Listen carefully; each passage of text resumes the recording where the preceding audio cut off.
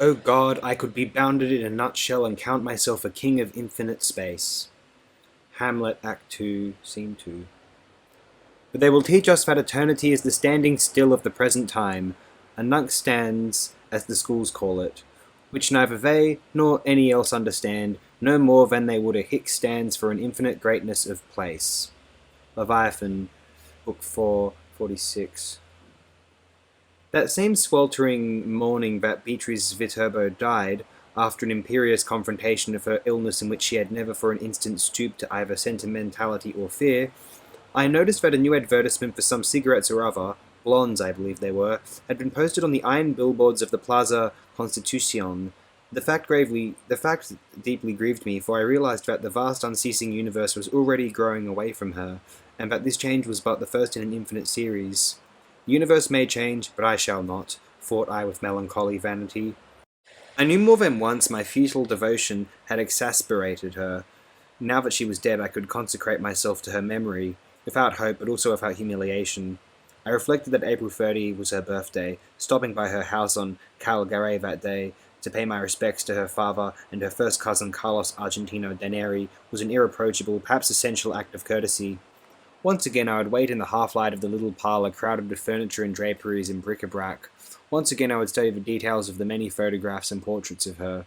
Beatrice Viterbo, in profile, in colour, Beatrice in a mask at the Carnival of 1921, Beatrice's first communion, Beatrice on the day of her wedding to Roberto Alessandri, Beatrice shortly after the divorce, lunching at the Jockey Club, Beatrice in Quilmes with Delia San Marco Porcel and Carlos Argentino, Beatrice with the Pekingese that had been a gift from Villegas Haydo, Beatrice in full front and in three-quarters view, smiling, her hand on her chin.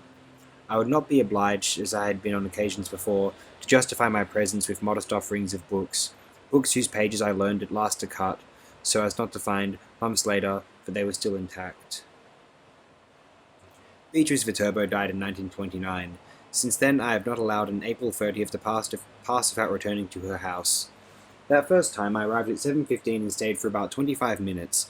Each year, I would turn up a little later and stay a little longer. In 1933, a downpour came to my aid. They were forced to ask me to dinner. Naturally, I did not let that fine precedent go to waste. In 1934, I turned up a few minutes after 8 with a lovely confection from Santa Fe. It was perfectly natural that I should stay for dinner.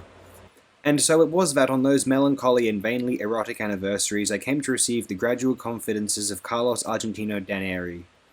Beatrice was tall, fragile, very slightly stooped. In her walk there was, if I may be pardoned the oxymoron, something of a graceful clumsiness, a soupçon of hesitancy, or of palsy. Carlos Argentino is a pink, substantial, grey-haired man of refined features. He holds some sort of subordinate position in an illegible library in the outskirts toward the south of the city. He is authoritarian, but also ineffectual. Until very recently he took advantage of nights and holidays to remain at home. At 2 generations remove, the Italian S and the liberal Italian gesticulation still survive in him. His mental activity is constant, passionate, versatile, and utterly insignificant. He is full of pointless analogies and idle scruples. He has, as Beatrice did, large, beautiful, slender hands. For some months he laboured under an obsession for Paul Fort, less for Fort's ballads than the idea of a glory that could never be tarnished. He is the prince of the poets of La Belle France, he would fatuously say. You assail him in vain, you shall never touch him, not even the most venomous of your darts shall ever touch him. On April 30th, 1941, I took the liberty of enriching my sweet offering with a bottle of domestic brandy. Carlos Argentino tasted it, pronounced it interesting, and after a few snifters, launched into an apologia for modern man. I picture him, he said with an animation that was rather unaccountable, in his study as though in the watchtower of a great city, surrounded by telephones, telegraphs, phonographs, the latest in radio, telephone, and motion picture and magic lantern equipment, and glossaries and calendars and timetables and bulletins. He observed that for a man so equipped, the act of travelling was supererogatory, that this 20th century of ours had upended the fable of Muhammad and the mountain. Mountains nowadays did in fact come to the modern Muhammad. So witless did these ideas strike me as being, so sweeping and pompous the way they were expressed, that I associated them immediately with literature. Why, I asked him, didn't he write these ideas down? Predictably, he replied that he already had. They, and others no less novel, figured large in the augural canto, prologural canto, or simply prologue canto, of a poem on which he had been working, with no deafening hurly-burly and sans reclaim, for many years, leaning always on those twin staffs, work and solitude. First he would open the floodgates of the imagination, then repair to the polishing wheel. The poem was entitled The Earth. It centered on a description of our own terraqueous orb, and was graced, of course, with picturesque digression and elegant apostrophe. I begged him to read me a passage, even if only a brief one. He opened a desk drawer, took out a tall stack of tablet paper stamped to the letterhead of the one Chrysostomo Lafinier library, and read, with ringing self-satisfaction, I have seen, as did the Greek, man's cities and his fame, the works, for days of various light, the hunger, I prettify no fact, I falsify no name, for the voyage I narrate is Autor de ma chamber. A stanza interesting from every point of view, he said. The first line wins the kudos of the learned, the academician, the Hellenist, though perhaps not that of those who would be scholars that make up such a substantial portion of popular opinion. The second moves from Homer to Hesiod, implicit homage, at the very threshold of the dazzling new edifice, to the father of didactic poetry, not without revitalizing a technique whose lineage may be traced to Scripture, that is, enumeration, congeries, or conglobation. The third, Baroque, decadent, the purified and fanatical cult of form, consists of twinned hemstitches. The fourth, unabashedly bilingual, assures me the unconditional support of every spirit able to feel the ample attractions of playfulness. I shall say nothing of the unusual rhyme, nor of the erudition that allows me, without pedancy or boorishness, to include within the space of 4 lines free, erudite allusions spanning 30 centuries of dense literature. First, the Odyssey, second, the Works and Days, and third, that immortal bagatelle that regales us with the diversions of the Savoyard's plume. Once again, I show my awareness that truly modern art demands the balm of laughter of Scherzo. There is no doubt about it, Goldoni was right. Carlos Argentino read me many another stanza, all of which earned the same profuse praise and comment from him. There was nothing memorable about them. I could not even judge them to be much worse than the first one. Application, resignation, and chance had conspired in their composition. The virtues that Daneri attributed to them were afterthoughts. I realized that the poet's work had lain not in the poetry, but in the invention of reasons for accounting the poetry admirable. Naturally, that later work modified the poem for Daneri, but not for anyone else. His oral expression was extravagant. His metrical clumsiness prevented him, except on a very few occasions, from transmitting that extravagance to the poem. Only once in my lifetime have I had occasion to examine the 15,000 dodecasyllables of the Polyalbion, that topographical epic in which Michael Drayton recorded the fauna, flora, hydrography, orography, military and monastic history of England. But I am certain that Drayton's massive yet limited oeuvre is less tedious than the vast enterprise conceived and given birth by Carlos Argentino. He proposed to versify the entire planet. By 1941 he had already dispatched several hectares of the state of Queensland, more than a kilometre of the course of the Ogue, a gasworks north of Veracruz, the leading commercial establishments in the parish of Concepcion, Mariana Cambaceres de Alvarez Villa on Cal Once de Setiembre in Belgrano, and a Turkish bath not far from the famed Brighton Aquarium. He read me certain laborious passages from the Australian region of his poem. His long, formless Alexandrines lacked the relative agitation of the prologue. Here is one stanza. Hear this. To the right hand of the routine signpost, coming, what need is there to say, from north-northwest, yawns a bored skeleton. Colour? Sky pearly. Outside the sheepfold that suggests an ossuary. 2 audacious risks, he exclaimed in exultation. Snatched from the jaws of disaster, I can hear you mutter, by success. I admit it. 1, the epithet routine, while making an adjective of a synonym for highway, nods, en passant, to the inevitable tedium inherent to those chores of a pastoral and rustic nature that neither Georgix nor our own belaureled Don Segundo ever dared acknowledge in such a forthright way, with no beating about the bush. And the second, delicately referring to the first, the forcefully prosaic phrase, yawns a bored skeleton, which the finicky will want to excommunicate without benefit of clergy, but that the critic of more manly tastes will embrace as he does his very life. The entire line, in fact, is a good 24 carats. The second half-line sets up the most animated sort of conversation of the reader. It anticipates his lively curiosity, puts a question in his mouth, and then, voila, answers it, on the instant. And what do you think of that coup sky pearly? The picturesque neologism just hints at the sky, which is such an important feature of the Australian landscape. Without that allusion, the hues of the sketch would be altogether too gloomy, and the reader would be compelled to close the book, his soul deeply wounded by a black and incurable melancholy. About midnight I took my leave. 2 Sundays later, Daneri telephoned me for what I believe was the first time in his or my life. He suggested that we meet at 4 to imbibe the milk of the gods together in the nearby salon bar that my estimable landlords, Messrs. Zumino and Zungri, had the rare commercial foresight to open on the corner. It is a cafe you will do well to acquaint yourself with.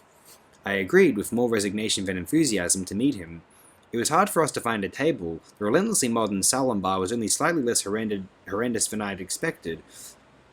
At neighboring tables, the excited clientele discussed the sums invested by Zumino and Zungri without a second's haggling.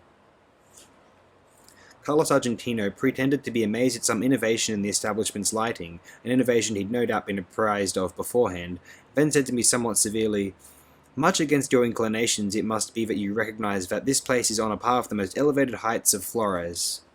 Then he reread 4 or 5 pages of his poem to me. Verbal ostentation was the perverse principle that had guided his revisions. We had formerly written blue, he now had azure, cerulean, and even bluish. The word milky was not sufficiently hideous for him. In his impetuous description of a place where wool was washed, he had replaced it with lactine, lactescent, lactorious, lacteal.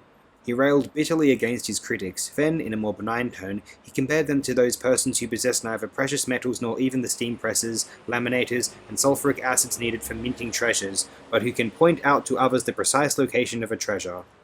Then he was off on another tack, inveighing against the obsession for 4 words, which what he called prologomania, an attitude that had already been spoofed in the elegant preface to the Quixote by the Prince of Wits himself. He would, however, admit that an attention-getting recommendation might be a good idea at the portals of his new work, an accolade penned by a writer of stature, of real import. He added that he was planning to publish the first cantos of his poem. It was at that point that I understood the unprecedented telephone call and the invitation.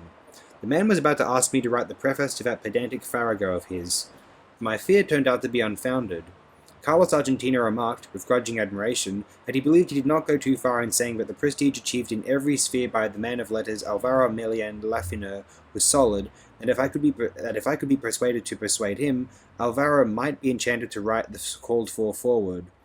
In order to forestall the most unpardonable failure on my part, I was to speak on behalf of the poem's 2 incontrovertible virtues, its formal perfection and its scientific rigor, because the broad garden of rhetorical devices, figures, charms, and graces will not tolerate a single detail that does not accord with its severe truthfulness.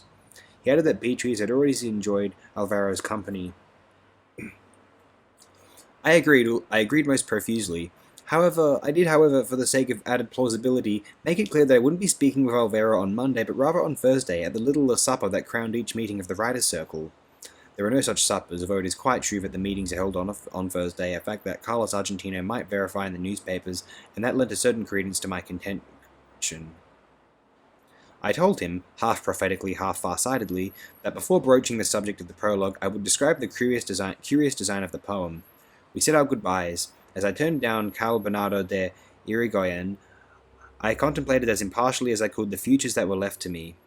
A. Speak of Alvaro and tell him that the first cousin of Beatrice, the explanatory circumlocution would allow me to speak her name, had written a poem that seemed to draw out to infinity the possibilities of cacophony and chaos. B. Not speak of Alvaro. Knowing myself pretty well, I foresaw that my indolence would opt for B. From early Friday morning on, the telephone was a constant source of anxiety. I was indignant that this instrument from which Beatrice's irrecoverable voice had once emerged might now be reduced to transmitting the futile and perhaps angry complaints of the self-deluding Carlos Argentino Daneri. Fortunately, nothing came of it, save the inevitable irritation inspired by a man who had charged me with a delicate mission and then forgotten all about me. Eventually the telephone lost its terrors, but in late October Carlos Argentino did call me. He was very upset. At first I didn't recognize his voice. Dejectedly and angrily he stammered out that the now unstoppable pair Zumino and Zungri, under the pretext of expanding their already enormous cafe, were going to tear down his house. The home of my parents, the home where I was born, the old and deeply rooted house on Calgare, he repeated, perhaps drowning his grief in the melodiousness of the phrase. It was not difficult for me to share his grief.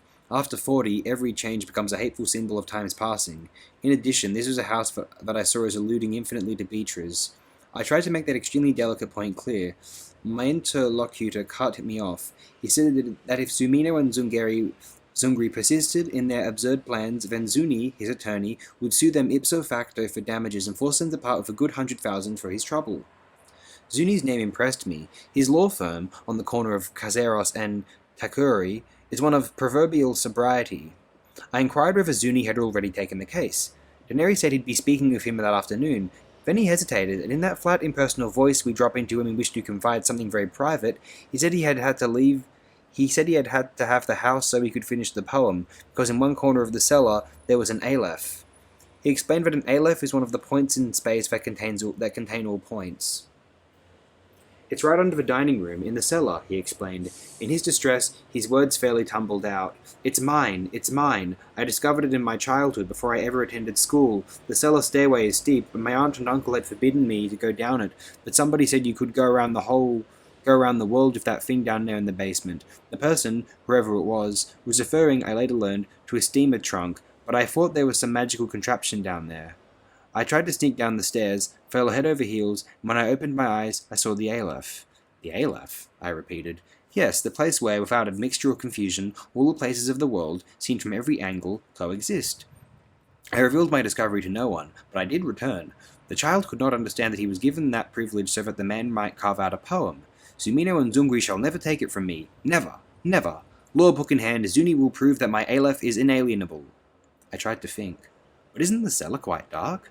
Truth will not penetrate a recalcitrant understanding. If all the places of the world are within the Aleph, there too will be all stars, all lamps, all sources of light. I'll be right over. I want to see it. I hung up before he could tell me not to come. Sometimes learning a fact is enough to make an entire series of corroborating details, previously unrecognized, fall into place. I was amazed that I hadn't realized until that moment that Carlos Argentino was a madman. All of Viterbos, in fact. Beatrice, I myself have said this many times, was a woman, a girl of implacable clear-sightedness, but there were things about her, oversights, distractions, moments of contempt, downright cruelty, that perhaps could have done with a pathological explanation. Carlos Argentino's madness filled me with malign happiness. Deep down, we had all detested one another. On Cal Garay, the maid asked me to be so kind as to wait. Signor Daneri was in the cellar, as he always was, developing photographs. Beside the flowerless vase atop the useless piano, smiled the great faded photograph of Beatrice, not so much anachronistic as outside time. No one could see us. In a desperation of tenderness, I approached the portrait. Beatrice Elena Viterbo, I said. Beloved Beatrice lost forever. It's me, Borges. Carlos came in shortly afterward. His words were laconic, his tone indifferent. I realized that he was unable to think of anything but the loss of the Aleph. A glass of pseudo-cognac, he said, and we'll duck right into the cellar. I must forewarn you, dorsal de subitus is essential, as are darkness, immobility, and a certain ocular accommodation. You'll lie on the tile floor and fix your eyes on the 19th step of the pertinent stairway. I'll reascend the stairs, let down the trapdoor, and you'll be alone. Some rodent will frighten you. Easy enough to do. Within a few minutes, you will see the Aleph, the microcosm of the alchemists and Kabbalists, our proverbial friend, the multum in parvo, made flesh. Of course, he added, in the dining room, if you don't see it, that doesn't invalidate anything I've told you. Go on down, within a very short while you will be able to begin a dialogue with all the images of Beatrice. I descended quickly, sick of his vapid chatter. The cellar, barely wider than the stairway, was more like a wall or cistern. In vain my eyes sought the trunk that Carlos Argentino had mentioned. A few burlap bags and some crates full of bottles cluttered one corner.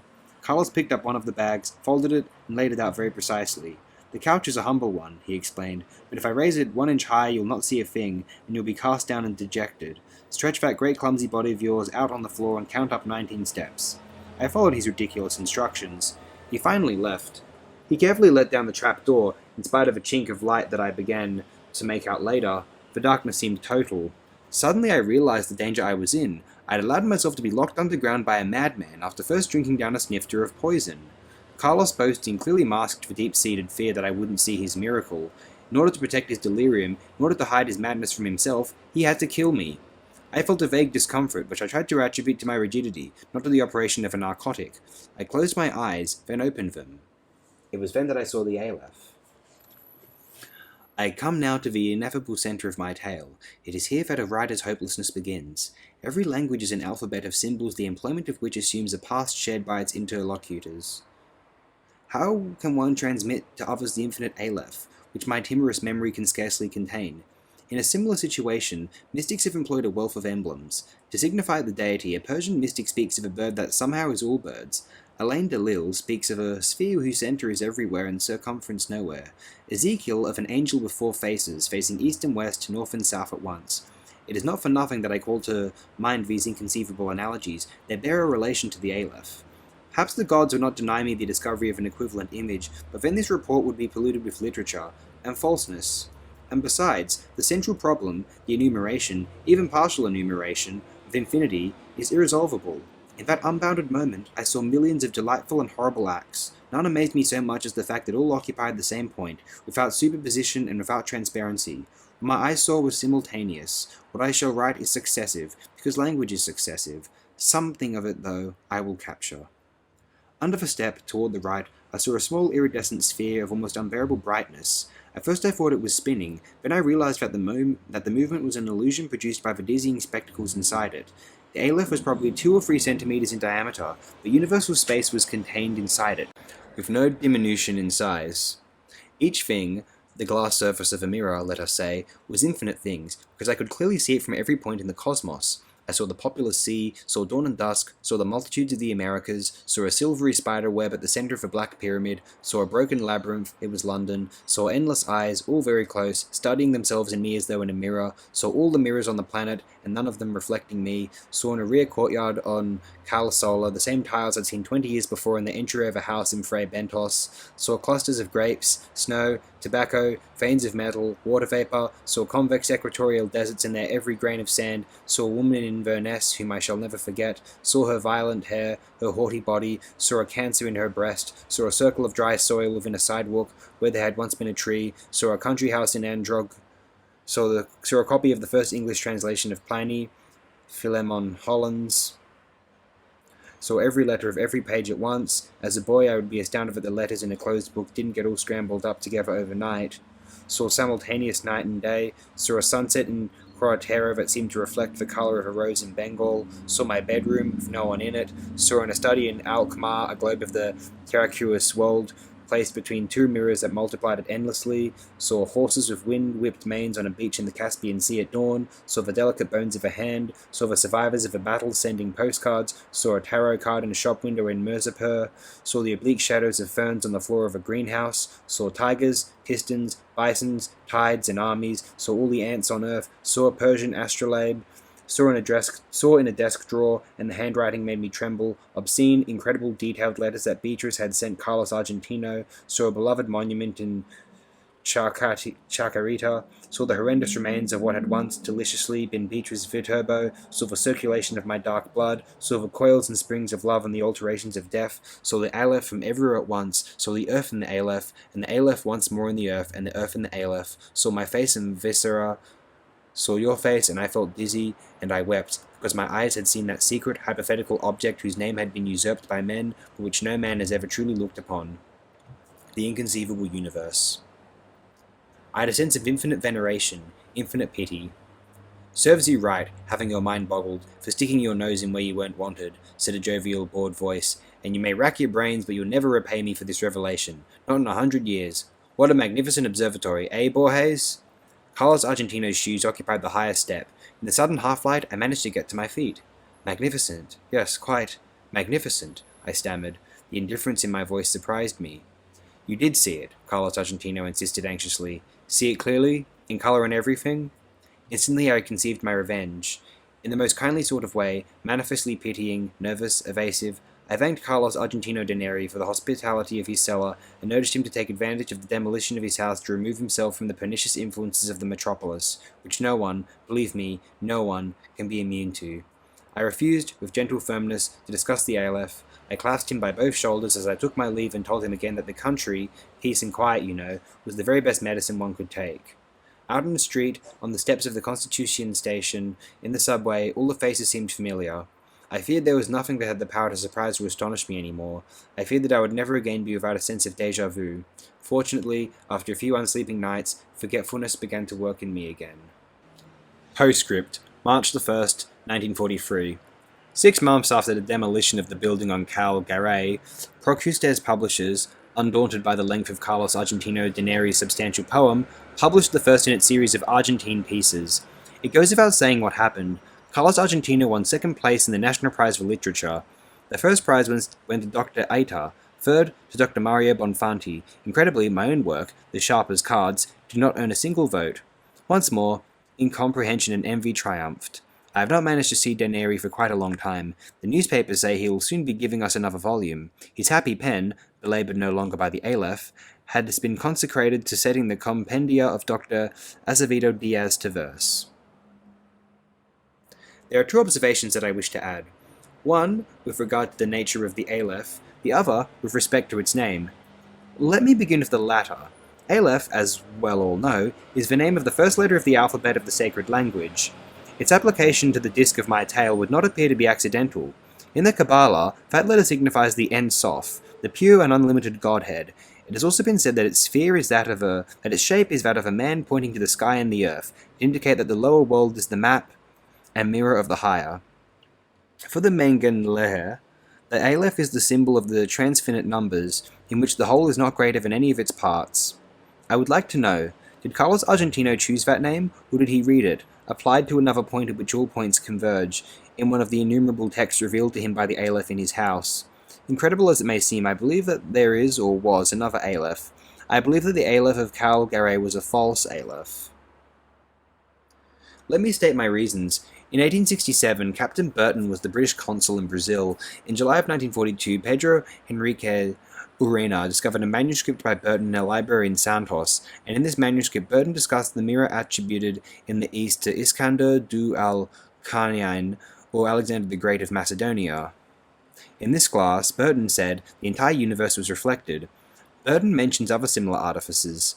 The sevenfold goblet of Kai Khosru, the mirror that Tariq ibn Ziyad found in a tower, 1001 Nights 272, the mirror that Lucian of Samosata examined on the moon, True History 126, the specular spear attributed by the first book of Capella's Satyricon to Jupiter, Merlin's universal mirror, round and hollow and that seemed a world of glass, Fairy Queen Free 219, and then adds these curious words, but all the foregoing, besides sharing the defect of not existing, are mere optical instruments. The faithful who come to the Amma Mosque in Cairo know very well that the universe lies inside one of the stone columns that surround the central courtyard.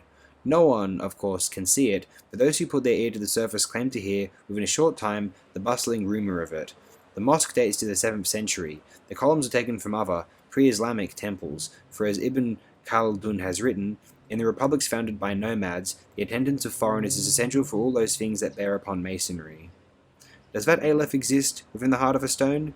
Did I see it when I saw all things, and then forget it? Our minds are permeable to forgetfulness. I myself am distorting and losing, for the tragic erosion of the years, the features of Beatrice.